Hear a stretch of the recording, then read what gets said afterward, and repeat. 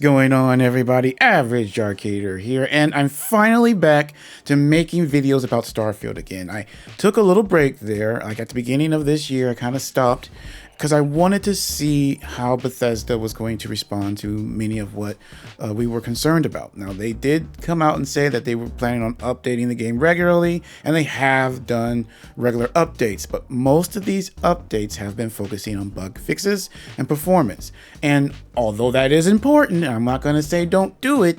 We finally got to the point now where many of us in the community are just like, okay, when are you going to start adding more content, as well as focusing on fixing some of the issues, core issues that are in Starfield itself, that's kind of causing people like me who really do like the game. Despite my other videos where I am very critical, I still do like this game. I see the potential and I want to stay stuck to this game. But because of some of the core problems within Starfield, even someone like me eventually will have to put this game down.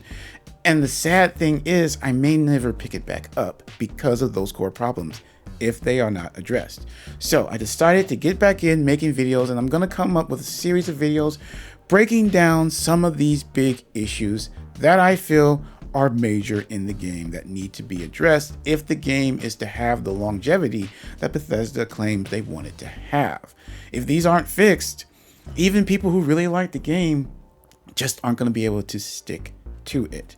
So today I'm going to be focusing on the Red Mao, because the Red Mao location brings out one of the big issues that I feel plague Starfield across, and it's the quests. For the most part, the questing within Starfield, it's not bad, but it feels incomplete. Like, to show you, I'm going to break down this location and everything it has to offer. How it's very much, when you first come to a location like this, or any of the locations in Starfield, you get very excited. There's a lot of seeds that you see, but once you really get into it, they don't really go anywhere. Let me explain. So, what do you first see when you enter the Red Mao? Now, no matter how you come, whether you've sent here for a quest or you've come on your own just exploring, you're going to see the exact same things. When you first open the doors, you'll see a situation where the head of security for the Red Mao has a customer at gunpoint claiming that the customer is trying to leave without paying their bill.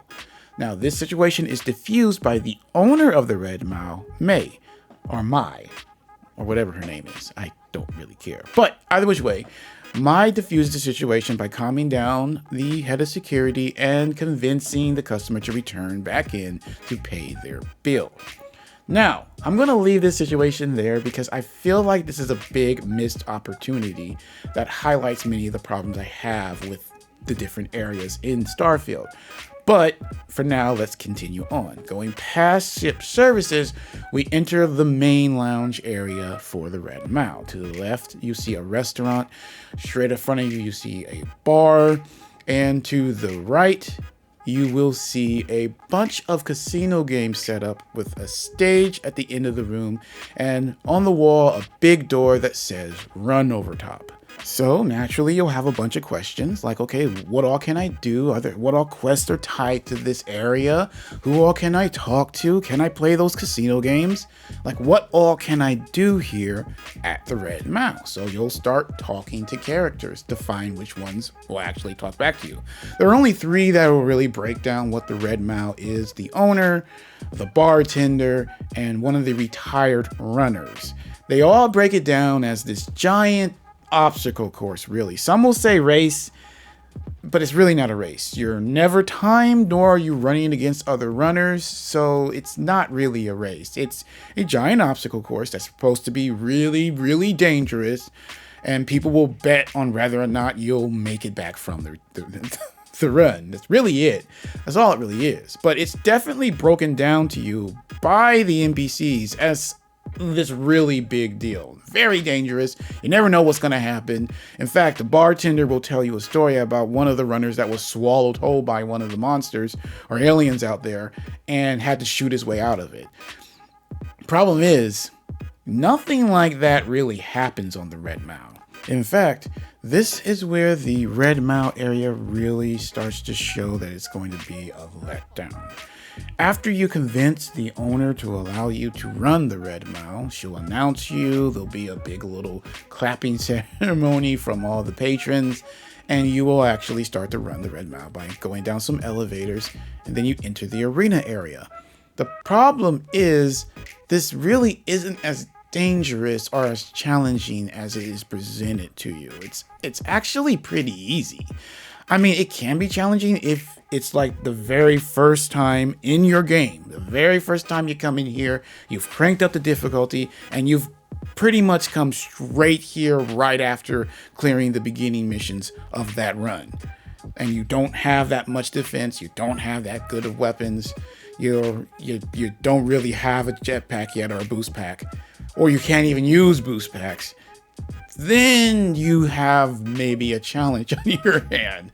But if you're just playing a normal playthrough and say you've gotten some of your combat skills up, or at the least you have a boost pack unlocked, this is not going to be hard. It just isn't.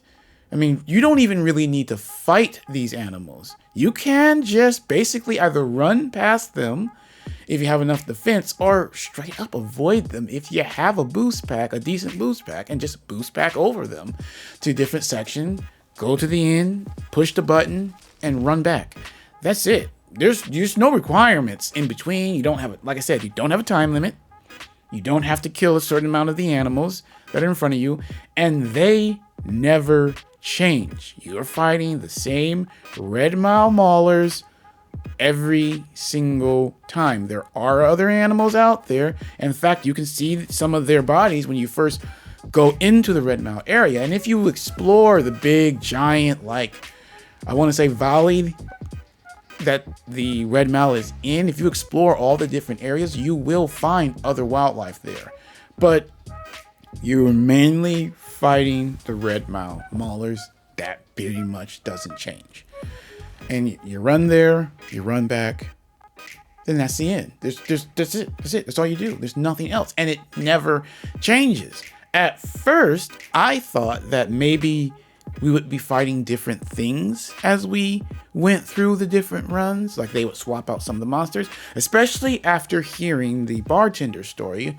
I was expecting to find maybe a giant mauler that would come out every now and then that you had to fight, like a boss-like thing.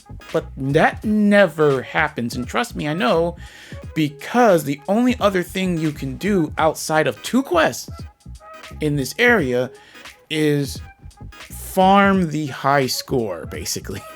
The retired runner has like the highest runs of anyone, 28 runs. So to beat that high score, you need to do 29 runs. And it is brutal. Now, at first, you're not even going to pay attention to this whole high score thing. You're going to be looking for other things to do first, like hoping that there's more tied to this place than just this. But like I said earlier, there are only 2 quests that will bring you back or bring you to the Red Mile.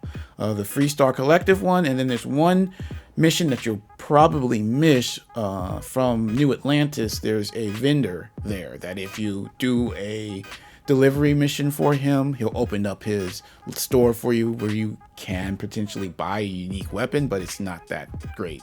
That's about it. That's it. Those 2 missions are the only other missions tied to the Red Mile. This is a huge letdown. There's so much going on. You would think there would be more, but there's just not. Like if you don't come here for the Freestar Collective or Freestar Rangers missions, there's really nothing else going here, because that other mission you're probably going to miss.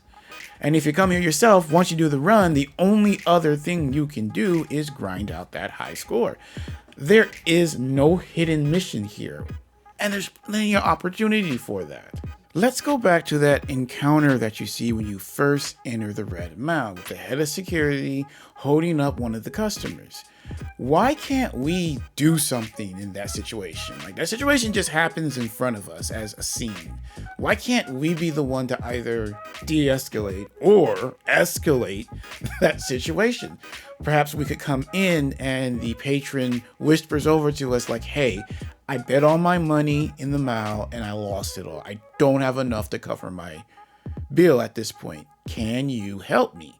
And we can either loan him money or pay his tab, or we could go over to the head of security and say, hey, this guy here, he don't have any money. He is trying to ditch out. And maybe that can cause her to either lock him up or even take him out. You know what I mean? Like something that adds a little bit to this world that maybe even leads on to further things. Say if we handle it the wrong way, May doesn't have that much respect for us when we go in to talk to her about running, and we have to prove that we can handle ourselves better to start running. Or because we handled it in a better way, she's impressed and we can instantly go into a run without having to prove anything. Or maybe there's something happening beyond which. Because after you watch that little scene, nothing else happens with that character of the main security person. Like that head of security does nothing at the end of this. She stands in a corner. You can talk to her, but you can't do anything. Like she talks about how she's like basically the baddest person in the galaxy. Like her crew is the toughest of the tough. And if we get out of line, they'll take us down. That's about it. That's it. Nothing else happens. Like you can't come back and say, hey, you handled it well. You can't earn respect from her no matter what you do. She pretty much doesn't change how she treats you. And I feel like that's a missed opportunity. They could have had like a little thing there. Even if you go to ship services, it feels like, and this is what I'm trying to get back to my main point, it feels like there was supposed to be a bunch more going on in this area. And at some point, they either ran out of time or they just gave up on putting it in. All these different named characters that have unique looks, unique voices, all are primed to do something, and nothing ever happens. It's just gets to the point where it's just like, okay, did you run out of time? Did you not want to do anything with this character? Why present it in this way? It feels like more was supposed to happen and just never did. So getting back to that whole high score thing, this was another very big missed opportunity. Yes, this is a hidden quest, which Bethesda has been known for, and some of their best quest lines in their older games were hidden. There were certain things you had to do to unlock them, and it was cool to do it. Later on, once you play through the game again, you happen to notice these things. But this starts out, again, like they had a really good idea of, hey, what if you have to come back and do a certain number of races or a certain number of things to unlock something special? That's cool. They started out good, but then it dies off almost immediately because there's no variation within the runs. Like I mentioned earlier, nothing changes. You have to do 29 runs on the Red Mao doing the exact same thing, running past, because that's what you're going to do. You are not going to be killing these things, no matter how easy it is. It's just easier to focus on running past them with your boost pack, hitting the button, and running back. And if that was all we were doing, as mind-numbing as it is, it still wouldn't be that bad, but there's still extra steps you have to do this anyway. You can't just immediately do another run. Can't just go up to May and say, I want to run again. She will not do it. You have to wait. You have to wait at least around 48 hours before you can do it again. And it technically has to be off planet. And what I mean by off planet, out of that cell. Like if you go to your ship and sleep for 48 hours, you can then walk back into the Red Mao and then do it again. You cannot do it by renting the room that is at the Red Mao and sleeping in that bed. You have to walk out to your ship, sleep for 48 hours, walk back in, and then have May introduce you again, and then do the run. The whole thing is drawn out like heavy. If I could just keep going in and out, I wouldn't mind it that bad. Like, hey, go back in, hit a button, restart it, do it again. Go back in, hit a button, restart it, do it again. Again, still mind-numbing, but at least I can set that rhythm and I can knock this out quicker. Having me have to go to my ship and still go to May and still have her announce me before I can do the run is unnecessary, and it just drags the process out way too long. So any points they would have gotten for having this unique hidden mission is taken away by just how brutal it is to do it. And did it have to be 29 times? Like, this is presented as this huge feat that people just can't do, and it's just like, okay, I get it. How would he have done it 28 times? Or like, it doesn't really make sense for it to be that high, other than they just wanted to take as much time as necessary. They didn't actually create something unique here. It's just a time racer, because yes, we get some unique dialogue. You're going to get some unique dialogue from the retired champion. You're going to get some unique dialogue from the owner, but it's not that much. You know, at first, like right when I think when you get to 28, he'll address that, hey, you know, you've tied him. If you're going to beat him, you know, it is what it is. He's no longer allowed to run because he's retired. You know, that's the basic conversation he has with you. And then even the owner just gives you a pat on the back and says, oh, keep up the good work, basically. And you go, you do it. You do get, again, another unique thing, like, oh, you're now the champion. You now have this, you know, hold the most runs. And here's a unique weapon that is totally not worth it. Yeah, you get a unique weapon after you beat it called the Desperation. And truthfully, by the time you've gotten all these done, you've probably gotten enough money and or experience points to just build a weapon better than this. Like, it's just nothing really going on with it at all. Like, in fact, many of the perks, I think, is only really unique named. Many of the attachments are on other guns of the same type. So you're really not earning anything. And that's another one of the big letdowns. It's like, okay, so you have them do this very tedious thing.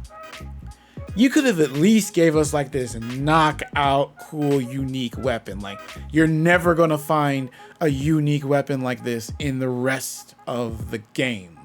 Like, it actually does something unique and powerful that you actually might use it. That's kind of gone in Starfield. That's been like a thing Bethesda has done in multiple of their games, from the Elder Scrolls series to Fallout, giving you unique weapons that stand out. Sometimes they're really powerful, sometimes they're not powerful, but they still have this unique feel and or ability to them that you won't find in any other piece of equipment in the game. That's not here. So after you sit there and you slog through 29 times running back and forth, you get nothing really for it. I mean, you've made a lot of credits because each time you get done, she gives you credits. They give you random weapons that you can sell. So you'll have a ton of credits by the time, and even XP, but that's it. There's nothing else going on when it comes to rewarding you for what you have done here, which is a huge letdown. Again, it's as if they were going to have something like this. Like, you were going to have to unlock something very cool and unique. They got started in putting it together and something happened. Again, I don't know what. They ran out of time, or they simply just forgot about this. I don't know, because this is not the only area that's like this in the game. For instance, there's a settlement you can stumble upon that is made up of mostly ex-cons who are trying to rebuild and restart their lives. But the construction of this new settlement has been plagued by a bunch of mysterious accidents, people getting hurt. There's even somebody missing, and you have to help figure out what's going on. Now, at first glance, you would think, okay, this is interesting. This is going to be a very unique quest that has me going to a bunch of different areas on the planet and discovering slowly what's happening. This is not the case. It's very quickly shown who's doing it. It's basically only two people who are only doing it because they basically can. It doesn't make sense exactly why they're doing it. It's just, well, these are ex-cons. We don't like the fact that they're doing this, and we're gonna mess with them unless they pay us off or you take them out. It's basically it. Like, there's really not that much going on with the quest line once you do that. And again, you would think at first they had a bunch of ideas of how this could play out. Maybe it's an inside job. Maybe somebody there doesn't want to do it. Like, at the end of the day, it's just a bunch of bounty hunters who don't like the fact that these ex-cons are creating a new life for themselves because they're worried about whether or not they're going to have work, which in itself doesn't make sense. There will always be ex-cons for bounty hunters to go hunt down. So this whole idea of they're worried about their job security, dude, this is one, count 'em, one settlement that is doing this. This one person doing this program of trying to rehabilitate certain ex-cons. Like, when you actually go and talk to some of the characters, most of them weren't really in for that heavy of stuff. They were, these aren't like ex-Crimson Fleet members or anything like that. This is mostly people who didn't really have that bad of crimes that this unique program picked out to be there. So the whole reason for them to even be there doesn't make sense. Again, once it gets started, it dies off, and then there's really no other reason. There's nothing else really to do with that. Now, again, I get it. Quests can't last forever. Missions can't last forever. Eventually, they will have to end, but that doesn't mean you never do anything with them in the first place. Introducing a unique idea or a unique situation doesn't then mean, okay, now just end it. And this is echoed even through some of the quest lines that are actually what we consider the best in the game. Even they kind of get to the point where they just end. Like, it's not really concluded. They just end. Like, they were going to do more, but then just stopped. So, getting back to the Red Mao, how do we actually fix this issue? Because it's one thing to bring it out, but we want the game to be fixed. We want the longevity for this game. We want it to be continued support, and it's not going to be continued support if the community dies off. So how do we fix these issues so that we can get locked back in to playing the game? Well, number one, I don't want any of these fixes to be just through mods. I want official updates that address these problems. I want official DLC that address this problem. I don't want this all just fixed through mods. Now, the first thing we can focus on, at least when it comes to the Red Mao, is giving us more reason to actually come back and run the Red Mao. Like, this whole idea of just doing it for this high score that eventually gives us a weapon that we don't really care about, that's not enough, especially once you learn what the reward is. Why not have it that if we got to do this 29 times, as we are going up the high scoreboard, because there are other runners on that list that we are going to surpass as we go up. As we're surpassing them, we're getting rewards from the owner. Because of us doing this, it's bringing new life to the Mao. So she's like rewarding us. Like, hey, as you're doing this, like, here's this. And we get a bunch of different things. Like, weapons, gear, maybe bigger sums of money, maybe even ships or ship parts at the least that get unlocked as we go through this. As of now, there's really nothing but get some money and some weapons as you go. That's it. Most of that you're gonna sell. It's nothing you really truly unique, or at least something you would feel is worth it. Also, as we are climbing up this ladder here, the head guy, that champion runner, maybe he's getting more and more nervous that we're getting close to beating his position, and his relevance is going to be pretty much dead once we surpass him because he's retired. He doesn't run anymore, and maybe he can't run anymore. So as we get closer to beating that, maybe he gets more hostile to us. Maybe he starts trying to interfere. It starts off with simple things like, giving us wrong information for certain challenges, or even maybe sending in mercenaries that attack us, or unleashing bigger, more dangerous beasts that we have to fight. And even maybe right when we're about to beat his score, he himself comes out. to try and stop us from beating that score. And it's basically one of those things where it's like, if you beat my score, I have, that's it. That's all I have. I have nothing else after that point. And I don't want to have to do it. I don't want you to do that. So he goes and maybe we can talk him down. Maybe we can't, I don't know, but I feel like that adds a little bit more going on than just simply run back and forth. And then eventually you get a weapon you don't really want. Also, adding some more quest lines within that area itself. Like, why is there nothing else going on but that? Maybe the ship services guy wants to kind of do a whole coup and take over the Red Mao from the owner, because if you talk to him in the base game, he does show a little bit of anger towards her when she took over and she changed a bunch of things he didn't like. So maybe that's like the beginning stages of him wanting to take over, and you can either side with him or side with the owner. Maybe like the deciding factor is the head of security, and you have to convince her to either side with the ship services guy or the owner. This would be cool and possible because the Red Mao is out of the jurisdiction of all the local governments. It's not Free Star Collective. It's not UC.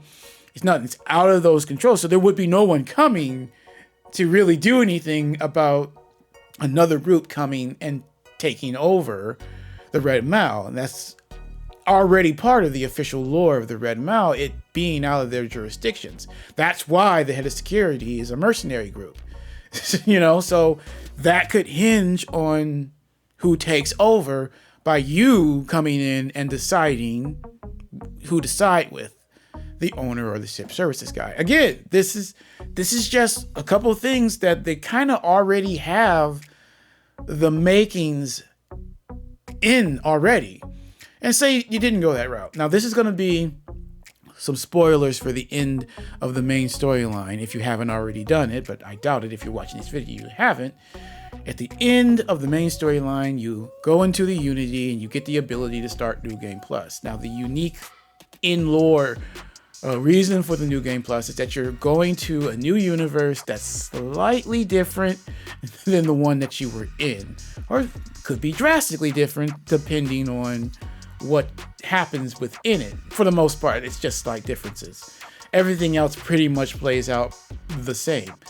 Why not have that more variations of these different areas like the Red Mao within these new universes? Maybe you come and things are reversed. You go in and the ship services guy is really in charge, and and Mai is kind of just like a figure piece, and then you have to help her take back over. Like it's stuff like that could be in it. Technically, they could add as much as they want if they decided to use that New Game Plus feature that they added.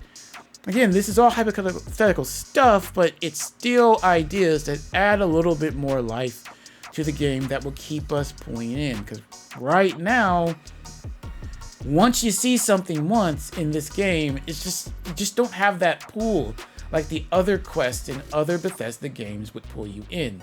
Mainly because there's not enough variation nor choice. Everything kind of plays out the same, and again, once the story really starts to get your attention, it kind of just ends. Now, many might make the argument that it doesn't matter that these locations aren't fully fleshed out. The goal is to go to a new location, see what it has to offer, and move on to the next. And Bethesda has been doing this within their games for a long time. Fallout 4, Skyrim, these games all have locations that normally only have one thing going for them. And once you see it, you move on to the next location. And for the most part, they're right. Fallout 4, a game that I truly do love and still play to this day, does have that setup. A lot of locations only have one thing for you to do or one situation for you to figure out, and then you move on to the next. But here's the problem. Starfield's exploration and travel completely breaks this system.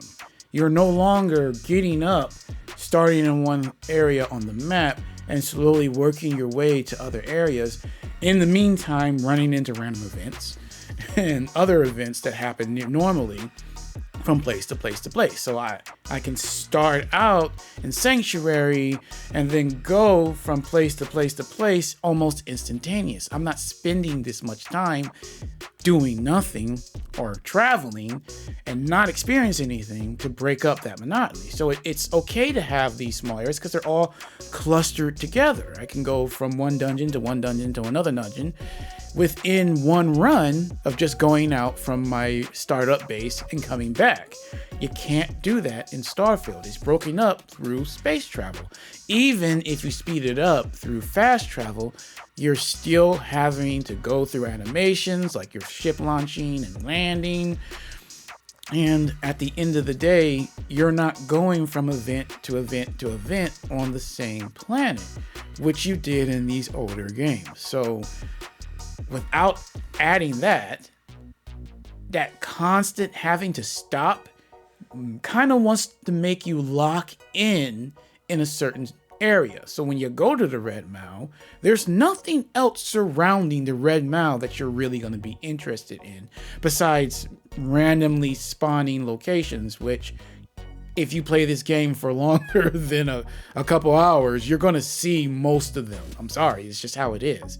So there's really no reason to leave the Red Mao or any other location on a singular planet. These locations are very few in between. You know, there's not that many of them. So once you're on a planet, there's only going to be that location that you're going to be interested in. So you're locked in. So you want the most out of these little areas because you don't have that free roaming type thing that you did in the other games. You're not going from event to event to event. You're going to an event, it's ending quickly, then you're traveling most of that time. And eventually that gets boring. It breaks up because your mind isn't occupied. So all you can see is the flaws. All you can see is, wow, that was short. Why isn't it longer? Because now you've got me back doing what I was already doing. Flying a ship, not really doing anything. Or landing. Going to the next thing that's not fulfilling. If you want to do that, you want to cover up a short quest line or a dungeon that only really does one thing, you stick it next to several other unique small dungeons that I can go in between to do. If I can't do that, then I'm thinking only of that main area and what it's lacking because I'm not distracted by anything else. So what do you think? Do you agree with what I feel is wrong with the Red Mao, or do you see other problems? Or do you not see a problem at all? Why don't you let us know down in the comment sections down below? Also, stay tuned because I plan on covering many more of the different areas of Starfield as well as quest lines like this in other videos, as well as addressing what I feel are other big issues with the game. Again, I do like this game, despite the fact that I'm pointing out these issues. I do want it to continue to be supported so that I can continue to play it. I see the potential, but you know, if we want these games to get better, we have to point out the issues so that there's a chance that they will. So make sure to stay tuned for that if that's something you're interested in. I also plan on starting a series covering indie games. So if that's something that you are interested in, also make sure to stay tuned. As well as eventually starting to cover more mainstream games too, other than just Starfield. But for now, this is where we're at. If you liked it, make sure to leave a like, share, subscribe, and please hit that notification button as well so the channel can grow so we can start covering more games and more things on this channel. I appreciate the watch, and thanks again. Average Arcader out.